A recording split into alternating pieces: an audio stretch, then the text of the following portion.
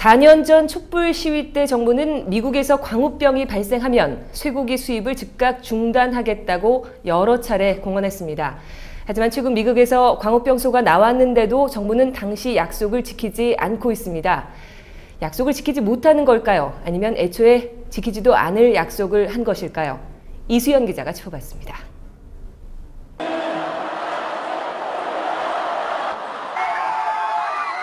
광우병 공포로 시민들이 거리로 쏟아져 나온 지난 2008년 5월. 정운천 당시 농식품부 장관이 국회 청문회에 섰습니다. 앞으로 미국에서 광우병이 발생한다면 미국산 쇠고기의 수입을 중단하겠습니다.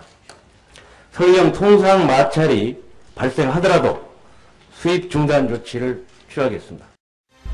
이튿날에는 미국에서 광우병소가 나오면 수입을 중단한다는 광고가 실리고 한승수 국무총리가 대국민 담화를 발표합니다. 광우병이 미국에서 발생하여 국민 건강이 위험에 처한다고 판단되면 수입 중단 조치를 취할 것입니다. 또 한승수 당시 총리는 수입 중단에 전제 조건이 없다고도 강조했습니다. 만약에 미국이 광우병이 발병했는데 우리 국민들이 건강에 위협이 안 된다고 판단하면 수입 중단 조치 안 할 수도 있나요? 그러나 일반적으로 광우병은 건강에 위협이 되기 때문에 당연히 수입 중단 조치를 할 겁니다. 위협이 된다는 그런 요건에서 기준 필요 없이 광우병만 발생되면 무조건 수입 중단 조치 한다. 거기 확실합니까? 확실합니다. 장관과 총리에 이어 대통령까지 나섭니다. 지난번 담화문 내용 그 자체가 통상 마찰을 강하게 해서 시행되기가 힘들 거라고 했지만은 미국 정부가 그 전적으로 수용을 했기 때문에 그 문제는 잘 됐고 또 그 문제는 국민들에게도 충분히 알리고 또 이에 대해 정운천 전 장관은 리셋뉴스와의 통화에서 촛불 여론을 잠재우기 위한 고육지책이었다고 말했습니다. 국민들에게 불안을 좀 최소화시켜줄 수 있는 노력을 당연히 정부에서 해야 하는 거 아닙니까? 국민을 안심하자는 의미로 그렇게 했는데 실제 지난 2008년 국정조사 당시 외교부가 제출한 대외비 문서를 보면 이 같은 정황이 잘 드러납니다. 총리 담화문이 나온 5월 8일 주미 한국대사관의 최석영 공사는 웬디 커틀러 미 무역대표보를 만나 한승수 총리의 담화문에 대해 반박을 자제해달라고 요청했습니다. 이에 대해 미국 측은 총리 담화문은 수용할 수 있지만 광우병 발생 시 즉각 수입 중단에 대해서는 반대 입장을 분명히 했습니다. 미국이 즉각 수입 중단에 대해 명확히 반대했는데도 우리 정부는 미국이 전적으로 수용한 것처럼 국민에게 거짓말을 한 셈입니다. 그로부터 석 달 뒤 정부는 최종적으로 입장을 바꿉니다. 가축 전염병 예방법을 개정해 광우병이 발생하더라도 국민의 건강과 안전을 보호하기 위해 긴급한 조치가 필요한 경우에만 수입을 중단할 수 있도록 단서를 난 겁니다. 정부가 이번에 수입 중단에 나서지 않은 이유도 이 조항 때문입니다. 지금 상태로 봐서는 충분히 검역 강화로서 국민의 건강이나 안전에 충분하다. 100% 충분하다 했기 때문에 그렇게 하는 겁니다. 국민의 건강과 안전에 1%의 문제도 없도록 조치를 하고 있습니다. 그러나 언론을 통해 알려진 정부의 초기 대응은 오락가락 그 자체였습니다. 처음엔 마치 검역을 중단할 것처럼 했다가 미국에서 광우병 소가 발견됨에 따라서 우리 정부는 미국산 쇠고기에 대한 검역 절차를 중단하기로 했습니다. 취재기자 몇 시간 뒤엔 검역 중단 검토로 미국산 쇠고기에 대해서 검역과 수입 중단을 검토하고 있습니다. 그러다 결국엔 검역만 강화하는 것으로 입장이 바뀌었습니다. 당장 검역 중단 조치를 취하지는 않겠다는 입장이지만 문제는 정부 대처에 비판이 거센 이유입니다. 광우병 발생이 수출국에서 발생했을 때는 잠정적으로 수입 중지를 하고 그 상황에 대해서 정확한 정보가 파악되면 그때 단계적으로 완화하는 것이 국제적 관리이고요. 쇠고기 협상으로 논란의 중심에 섰던 정운천 전 농식품부 장관조차 같은 의견을 내놓았습니다. 일단 수입 중단의 버금가는 검역 중단이라도 해서 국민들을 안심시키는 것이 좋다. 아니 정부가 잘못할 수도 있는 거 아닙니까? 그때 상황은 이렇습니다 하고 거기에 준하는 조치를 취하면 국민들이 납득하지 않겠냐. 여야는 지난 1일 검역 중단 결의안을 채택했습니다. 하지만 청와대와 정부는 약속을 어긴 것이 아니며 미국에서 발견된 광우병소는 국민 건강과 관련이 없다고 주장했습니다. 이에 대해 KBS 뉴스는 이번 광우병소가 국민 건강과는 관련이 없다는 정부의 입장을 위주로 보도하고 있습니다. 즉각 수입 중단과 관련된 구체적인 협상 내용과 정부의 거짓말에 대해서는 제대로 보도하지 않고 있습니다. 리셋 KBS 뉴스 이수연입니다. 미국에 파견된 광우병 민관조사단이 광우병 발생 농장은 방문하지 못하고 다음 날 일정도 모른 채 그날 조사 활동을 벌이고 있습니다.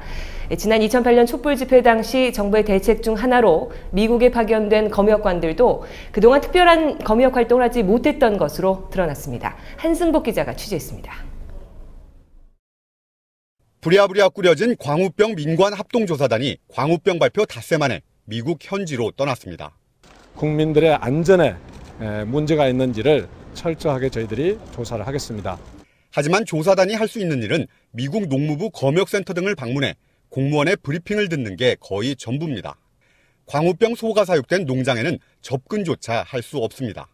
We will not actually be going to the specific dairy in question, but that is because of the confidentiality issues that we have in the United States. 광우병이 발생한 농장을 가서 그 광우병이 발생한 소의 어떤 개체 이력을 확인하는 게 가장 중요합니다. 그러니까 이 소가 그동안 꾸준히 어디서 출생했고 그리고 그럼 언제 어디서 출생했는지가 일단 기록이 있어야 되겠죠. 그래야지 나이 판정이 되니까. 합동조사단은 구성 단계에서부터 논란이 불거졌습니다. 조사단 9명 가운데 8명은 전현직 공무원. 정부 정책에 비판적 성향의 전문가들은 단 한 명도 포함되지 않았습니다. 광우병의 전반적인 위험 체계를 갖다가 아는 전문가가 아니다 그러면은 사료공장 보고도 문제가 있는 걸 보고도 그걸 제대로 적발할 수가 없습니다. 이번 광우병 사태가 국민 건강에 어떤 영향을 줄지 조사단이 제대로 된 결론을 내리기는 어렵다는 주장이 나오는 이유입니다. 안전하다고 그랬으면 조사단 보낼 필요가 없죠. 안전하다 판단했으니까 이미. 뭘 더 조사하겠다는 거죠. 단지 미국에 조사를 가서 들여다보고 확인하는 것뿐이 더 하겠습니까? 4년 전 광우병 사태 때에도 정부는 미국에 검역관을 보내 현지 상황을 수시로 점검하겠다는 대책을 내놨습니다. 우선 우리 검역관을 미국에 파견하여 수출 작업장을 점검하도록 하고 체계적인 검역을 통해 당시 파견 검역관은 4명. 하지만 이들이 실제로 미국에서 할 수 있는 활동은 장관의 발표와는 달랐습니다. 일상적인 정보 수집 활동 외에 소고기 수출 작업장 방문 등은 한국에서 정기 점검단이 오는 경우에만 가능합니다. 장관님이 제가 보기에는 제대로 말씀하신 것 같지는 않은데요? 언제 그런 거 하나하나 다 상세한 것까지 다 알겠어요? 검역관이 가서 무슨 기행을 하고. 결국 파견 검역관은 2009년 4명에서 현재 1명으로 줄었습니다. 급한 불부터 끄고 보자는 보여주기식 대책만 내놨던 셈입니다. 핵심 현장에는 접근조차 할 수 없는 유명무실한 조사단, 실효성 논란에 휘말린 미국 현지 파견 검역관까지. 말뿐인 검역 강화는 4년 전에도 또 지금도 반복되고 있습니다. 리셋 KBS 뉴스 한승복입니다.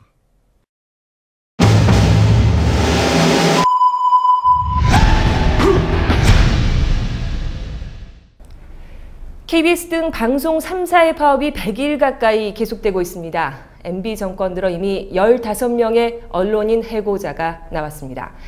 역사상 유례가 없는 언론 잔혹사가 진행되고 있지만 리셋 뉴스가 접촉한 여권의 대선 주자들과 정부는 이 사태에 대해서 무지와 무책임의 전형을 보여주고 있습니다. 함철 기자입니다. 여권 내에서 가장 먼저 대권 출사표를 던진 김문수 경기지사. 석 달을 넘긴 방송사 파업에 대한 입장을 물었습니다. 준비해서 할게요. 아니, 파업하는데 이까지 또 오셨는데 파업 안 하시고. 대권 주자로서 언론의 독립성을 보장할 방안을 고민하고 있는지도 물었습니다. 국민의 방송이 조금 더 빨리 원만하게 잘해서 양질의 서비스, 신속하고 좋은 서비스를 많이 받고 싶은 게 우리들 당연한 생각인데 혹시 생각하고 있는 해결책 같은 게 있으신가요? 방송사 파업이 지금 장기화되고 있는데. 내가 하면 해결하지. 나는 우리 경기도청 안 하잖아. 파업. 최근 한 일간지와 가진 인터뷰는 그의 언론관을 더 구체적으로 보여줍니다. 김인규 사장이 대통령 특보인가? 김인규가 KBS 출신 아니요. 옛날 정현주 씨가 한겨레 논설위원을 하다가 KBS 사장으로도 갔는데 그것에 비하면 많이 진전된 거 아닌가? 썩 잘한 인사라고는 보지 않지만 방송사 인사는 앞으로 나가고 있어요. 전국 언론 노조는 박근혜, 정몽준, 이재호 등 여권 내 다른 대권 주자들에게도 방송사 파업 관련 질문지를 보냈습니다. 하지만 하나같이 답변은 없었습니다. 이유를 물었습니다. 언론 노조 전체 언론 노조에서 그것도 저희가 양해를 구한 적이 있기 때문에 아마 KBS도 가능성이 높진 않을 것 같습니다. 일단은 한 말씀을 드렸어요. 근데 뭐 전화에 저희님 이런 건 잘 안 하실 것 같아요. 이제 본인의 거취를 결정하고 난 뒤에 그에 따라서 이렇게 지지하는 게 맞을 것 같습니다. 이 같은 분위기 속에 방송사 파업의 해법을 모색하려던 18대 국회 마지막 문방위 회의 역시 새누리당 소속 의원들의 불참으로 끝내 무산됐습니다. 방송위원장 사퇴하라! 방송위원장 사퇴하라! 금품 수수 혐의로 구속된 최시중 씨의 후임으로 방송 정책을 총괄하게 된 이계철 방송통신위원장. 그는 지난 4월 출입 기자들과의 간담회에서 KBS, MBC, YTN 파업에 대한 대책을 묻자 나는 무능하다. 무능한 내가 뭘 하겠느냐고 말했고 심지어는 방통위 수장으로서의 리더십을 발휘하지 않겠다는 황당한 답변으로 기자들을 아연실색케 했습니다. 계속 주시를 하고 주시하면 되냐 이겁니다. 지금 주시를 뭐 석 달 넉 달 하냐고요. 저 위원회 개의 일자를 제가 여기서 잘 모르겠습니다만 나가서 확인하면 알 수 있겠습니다. 방통위원장이 그렇게 무책임하면은 그렇게 자격 없으면 나가요. 이명박 정권의 방송 장악에 저항해 방송 3사가 초유의 장기 파업을 벌이고 있는 것에 대해 여권 대선 주자들이 하나같이 입을 다물고 있는 것은 앞으로도 방송 장악을 계속하겠다는 의지로 해석될 수밖에 없습니다. 그렇지 않다면 지금 당장 명확한 입장을 밝혀야 합니다. 리셋 KBS 뉴스 함철입니다. 지난 리셋 뉴스 6회에서는 총선 기간 동안 KBS 9시 뉴스의 불공정 보도에 대한 문제점을 짚어드렸습니다. 학계와 전문가들도 KBS 9시 뉴스가 선거 기간 동안 편파적이고 불공정한 입장으로 공영방송으로서의 제 역할을 못했다고 비판했습니다. 박일준 기자가 보도합니다. 총선 기간 박근혜, 한명숙 두 사람의 선거 유세 현장을 보도한 KBS 9시 뉴스에 대해 학자들은 감춰진 편파를 신랄하게 비판했습니다. 이번 선거 보도에서는 기계적인 균형조차 갖추지 못했다라는 생각이 듭니다. 박근혜 위원장에 대해서는 호소했습니다와 같이 긍정적 어미로 끝나는 경우가 많았던 반면에 한명숙 대표의 경우는 굉장히 공격적인 어미로 끝나는 사례가 굉장히 많았습니다. 그런 경우 것부터 시작해가지고 어떤 기계적인 균형조차 갖춰지지 않았던 보도였다는 생각이 드는데 김용민, 문대성 두 후보에 대한 이슈도 편파적이었다고 분석했습니다. 1분 40초짜리 뉴스였는데 막말 파문을 51초, 표절 논란을 23초 보도했습니다. 화면 구성을 보면 김 후보의 경우 막말의 내용을 자막 처리하고 그래픽으로 상세히 보여준 반면 문 후보의 경우는 논문의 표절 부분을 그래픽으로 보여줄 만도 했는데 보여주지 않으셨고요. 죽은 친동생의 부인을 성폭행하려 했다는 의혹을 받고 있는 김영태 당선인에 대한 보도는 공영방송으로서 의무를 저버린 대표적 사례로 지목됐습니다. KBS 9시 뉴스를 통해서 세상을 바라보는 그런 시청자라면 도대체 김영태가 누군지 뭐 하는 사람인지 왜 문제가 되는지 이런 거를 전혀 모르다가 어느 날 탑뉴스로 김영태 당선자가 탈당했습니다. 이 소식을 들은 셈이 된다는 거죠. 네. 특히 김영태 당선인에 대한 보도 태도는 KBS 출신에 대한 감싸기가 아닌지 추궁했습니다. 김영태 당선자는 KBS에서 오랫동안 기자 생활을 했고 주간과 국장까지 역임을 했습니다. 이런 김영태 당선자의 성추문이 전혀 언급이 되지 않았던 것은 혹시 이런 개인적인 이력과 관련이 있는 게 아니냐 이런 추측이 당연히 나올 수 있는데 최소한 KBS 기자들의 양식은 그 수준은 아니라는 거는 말씀드리고요. 믿겠습니다. 네. 전반적으로 KBS 9시 뉴스의 선거 보도의 양은 평균 4.6건으로 많았지만 내용 면에서는 부실했다고 지적했습니다. 후보의 자질 검증은 전혀 이루어지지 않았고요. 후보자에 대한 소개조차 부실해서 후보자의 경력을 2개 이상 보도한 기사도 4건에 불과했습니다. 이러한 KBS 뉴스를 보고서는 어느 후보에 투표할지 전혀 판단할 수가 없었습니다. KBS 선거 보도에 대한 이 같은 가차없는 비판에 대해 KBS 측 답변은 궁색했습니다. 이게 뭐 선거 치르고 나면은 항상 아쉬운 점도 있고요. 또 잘못된 점에 대해서는 반성도 하게 됩니다.